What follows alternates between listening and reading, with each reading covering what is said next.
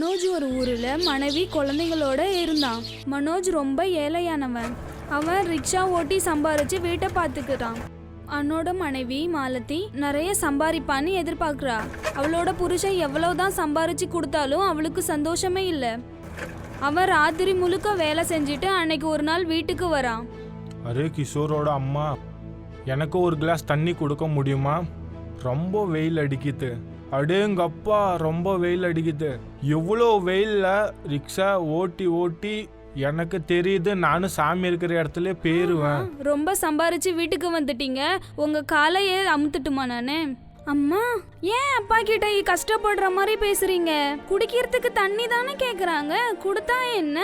எப்ப காசு அதிகமா தராங்களோ அப்பதான் நான் சந்தோஷமா பேசுவேன். பாக்கெட்ல காசே இல்ல, வீட்டுல சாப்பிடறதுக்குமே எதுவுமே இல்ல, உங்கள்கிட்ட நான் அப்படித்தானே பேசுவேன். நீங்க தினம் தினம் இப்படியே வேலை செஞ்சுட்டு வந்து சூட்டை எங்கள்கிட்ட காட்டாதீங்க. குடும்பத்தை நீங்க தானே பண்ணீங்க, நீங்க தான் பாத்துக்கணும். வேற யாரும் வரமாட்டாங்கல்ல தேவையை தீர்க்கிறதுக்கு, நீங்க தான் பண்ணணும். நல்லா கேட்டுக்கோங்க, அடுத்த மாசம் கிஷோர ஸ்கூல்ல சேர்க்கணும். ஒரு வருஷமா என் பையன் வீட்லயே இருக்கான். பையனை படிக்க வைக்க முடியலன்னா எதுக்கு பெத்துட்டீங்க நீங்க? மனைவியோட வாயிலிருந்து வார்த்தைகளை கேட்டதும் கணவன் அழ ஆரம்பிச்சிட்டான். இருந்தாலுமே மனோஜுக்கு இந்த வார்த்தைகள் புரியுது. எதை செஞ்சாலுமே அவன் நல்லதை தான் செய்யறான். எவ்வளவுதான் உழைச்சிக்கிட்டே இருந்தாலும் குடும்பத்தை பார்க்க முடியல.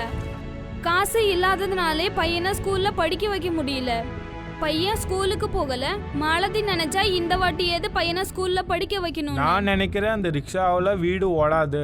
இப்போ நான் என்ன பண்றது? நாளையில இருந்து நான் நைட் டியூட்டி பண்ணலான்னு இருக்கிறேன். ஃபேக்டரிக்கு போறேன். பையனை படிக்க வைக்கணுங்கிறதுக்கோசரம் மனோஜ் ராத்திரி பூரா வேலை செஞ்சதுக்கு அப்புறம் ராத்திரியும் கஷ்டப்பட்டு வேலை செய்யறான். அந்த நாள் வரைக்கும் எல்லாம் நல்லா தான் போகுது. ஒரு நாள் வேலை செஞ்சிட்டு இருக்கும்போது தூக்கத்திலே மெஷின்ல கால் மாட்டிக்குது. காலில் அடிபட்டு ஆஸ்பத்திரியில கூட்டிட்டு போறாங்க. அவனை வேகமா ஆஸ்பத்திரிக்கு கூட்டிட்டு போறாங்க. டாக்டர் அவன் காலை வெட்டி ஒரு பக்கம் அவன் உயிரை எடுத்துட்டாங்க. எங்க குடும்பம் ஃபர்ஸ்ட்ல இருந்து ஏழையா இருந்திருக்கு. இப்போ நான் என்ன பண்றது கடவுளே? என் காலு உடஞ்சி போயிருச்சு. இப்போ நான் ரிக்ஷா எப்படி ஓட்டுறது? என்னால இப்போ ஃபேக்டரிலையும் வேலை செய்ய முடியாது. மனோஜ் அழுகிறத பார்த்து அவகிட்ட ஒரு அழகான பொண்ணு வரா. அந்த அழகான பொண்ணை பார்த்த உடனே அவன் அமைதியாயிடுறான். அவன் அவளை கவனமா பாக்குறான். அந்த அழகான பொண்ணு போட்டிருக்க உடைய பார்த்து அவன் ஆச்சரியப்படுறான். அவ அழகான கண்ணையும் முடிய பார்த்து அவன் ஆச்சரியப்படுறான். அவன் அழகான முகத்தை பார்த்தே பார்த்துக்கிட்டே இருக்கான்.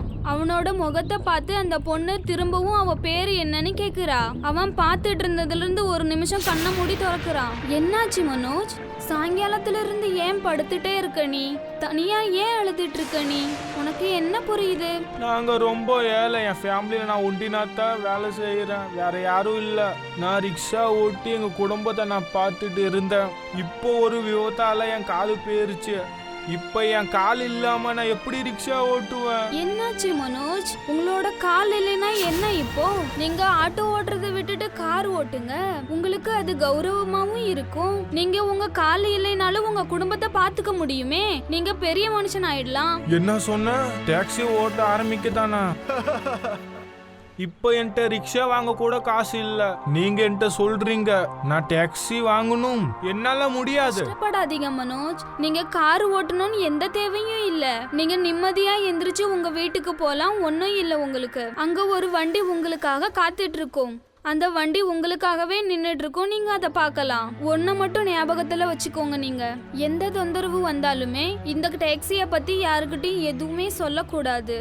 ஒன்னு சொல்லுங்க, எப்படி என் வீட்டுக்கு டாக்ஸி வரும்? மனோஜ் பாக்குறான். அந்த அழகான பொண்ணு மெதுவா மெதுவா அந்த பக்கம் போறத பாக்குறான். அந்த சுவருக்கு அந்த பக்கம் போனது உடனே அந்த பொண்ணு மறைஞ்சு போயிடுறா. மனோஜ் அந்த பொண்ணை கூப்பிடுறதுக்கு முயற்சி பண்றான், ஆனா சத்தம் வரல. கொஞ்சம் இருங்க, கொஞ்சம் இருங்க. உங்க பேரு சொல்லிட்டு போங்க. எனக்கு உதவி எதுக்கு பண்றீங்க? மனோஜ் அந்த பொண்ணை சத்தம் போட்டு வேகமா கூப்பிடுறான். அந்த பொண்ணுக்கு கேட்கல. உடனே தூக்கத்துல இருந்து எந்திரிச்சுக்கிறான். அவன் அந்த படுக்கையில இருந்து எந்திரிக்க முயற்சி பண்றான், ஆனா அவனோட கால் வலி எடுக்குது. அவனால அந்த இடத்துல இருந்து அசையவே முடியல. உடம்பு பூரா ரொம்ப வலி எடுக்குது. அடுத்த நாள்ல இருந்து அவன் கொஞ்சம் உடம்பு சரியாகுது. அவளோட மனைவி ஆனா அவனை பார்க்கறதுக்கு வரவே இல்லை. அங்கிருந்து 3 நாளைக்கு அப்புறம் அவன் வீட்டுக்கு போறான். அங்கிருந்து வீட்டுக்கும் வந்துடுறான். மால்தி, என்னோட பசங்க எங்க போயிட்டாங்க? மால்தி, கிஷோர். மனோஜ் வீட்டுக்கு வந்ததுக்கு அப்புறமேட்டுக்கு வீட்டை சுத்தி சுத்தி பாக்குறான். அவனோட மனைவியும் குழந்தைகளையும். பக்கத்து வீட்டுல இருக்கிற பொண்ணு ஒண்ணு மனோஜை பாத்துக்கிட்டே வரா. மாலதி எப்பயும் இந்த வீட்டை விட்டு கிளம்பி போயிட்டாலே. 3 நாளைக்கு முன்னாடி தான் எல்லா பொருட்களையும் எடுத்துக்கிட்டு கிஷோரோட போயிட்டாலே. அவ சொல்றா, அவ இவங்க கூட என்னோட வாழ்க்கைய கெடுத்துக்க முடியாதுன்னு. அதை கேட்ட உடனே மனோஜுக்கு ரொம்ப கஷ்டமாயிடுச்சு. மாலதி எப்படி வேணா இருக்கட்டும், ஆனா மனோஜ் அவனோட குடும்பத்தை நல்லா பாத்துக்கிட்டான்.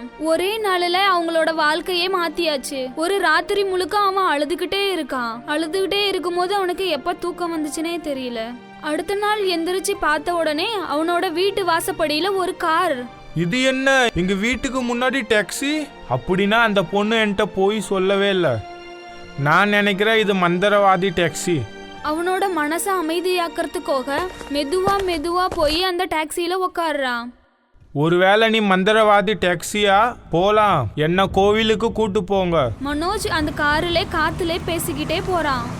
அந்த பரோட்டா மாதிரி காத்துலே பறந்து போறான். கொஞ்ச நேரத்துக்கு அப்புறம் ஒரு கோவில் முன்னாடி வண்டி நிறுத்துறான். நான் நினைச்சே பார்க்கல இப்படி நடக்கும்னு. கடவுளே, உண்மையிலுமே மந்திரமெல்லாம் இருக்கிறதா? ஒருவேளை நான் கனவுல இருக்கிறனோ? மனோஜ் கார்ல இருந்து கீழே இறங்கி 4 பக்கமும் பார்த்துக்கிட்டே வரான். பார்க்கறதுக்கு ஏதோ இது பொம்மை கார் மாதிரி தெரியுது. இந்த காரை பெட்ரோல் இல்லாமலும் டிரைவர் இல்லாமலும் ஓட்ட முடியும்.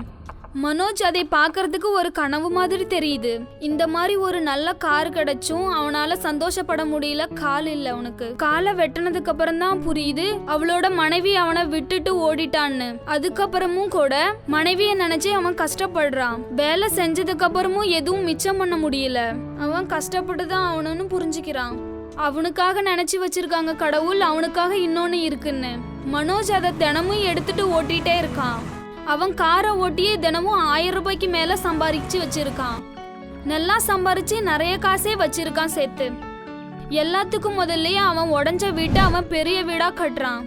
இந்த கார் வந்ததுக்கு அப்புறமேட்டுக்கு தான் அவன் நிறைய சம்பாதிக்க ஆரம்பிச்சான். இதை விட சம்பாரிச்சு தர எனக்கு வேற எதுவுமே இல்லை. இருந்தாலும் மனைவியும் குழந்தைகளும் இல்லாம இந்த வீரே விரிச்சோடி போயே இருக்கு. எப்பயுமே அவனோட மகன் கிஷோரோட ஞாபகம் வந்துகிட்டே இருக்கு. மந்திர டாக்ஸி, என்னைய பஜாரு கொண்டு போங்க. மனோஜோட ஞாபகம் வந்த உடனே வண்டியை வேகமா எடுத்து ஓட்டிட்டு போறான்.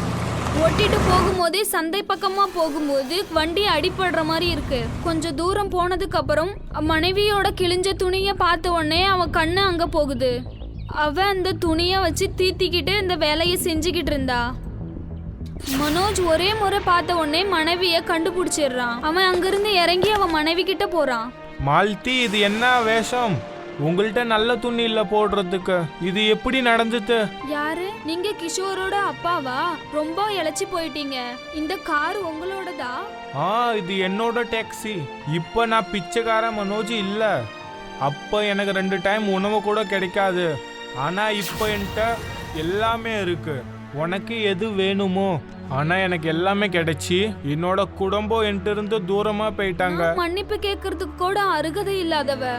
நீங்க சம்பாரிச்சு கொடுத்தது எல்லாம் நான் திட்டிக்கிட்டே தான் இருந்தோம். கஷ்டப்பட்டு எப்படிதான் சம்பாதிக்கிறீங்க நீங்க. ரொம்ப வீட்டை விட்டு வெளியே வந்ததுக்கு அப்புறம் தான் எனக்கு புரிஞ்சுதே. கையெடுத்து கும்பிட்டு மனோஜ் கிட்ட அவ மன்னிப்பு கேக்குறா. என்னோட பையன் எங்க? அவன் ஸ்கூலுக்கு போயிட்டான். வாங்க நம்ம வீட்டுக்கு போலாம். நான் உன்னைய மன்னிச்சு விட்டுட்டேன். உன்னோட கண்ணீர் அப்புறம் கிஷோருக்கோசரம். நீ செஞ்ச தப்பு உனக்கு புரிஞ்சிருச்சுன்னு நினைக்கிறேன்.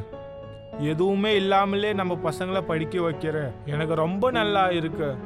இது சின்ன விஷயம் இல்ல. நேரம் கழிச்சு கிஷோரும் பள்ளிக்கூடத்துல இருந்து வந்துடுறான். அவன் அவங்க அப்பாவை பார்த்தோம்னே ரொம்ப சந்தோஷப்படுறான். மனோஜ் மாலதி கிஷோரை கூட்டிட்டு போய் கார்ல உட்கார வைக்கிறான். போ டாக்ஸி, இப்போ வீட்டுக்கு போக நேரம் ஆச்சு. மனோஜ் அந்த வண்டியை அழகா ஓட்டிட்டு போய் கொஞ்ச நேரத்திலேயே அவங்க வீட்டுக்கு போயிடுறான்.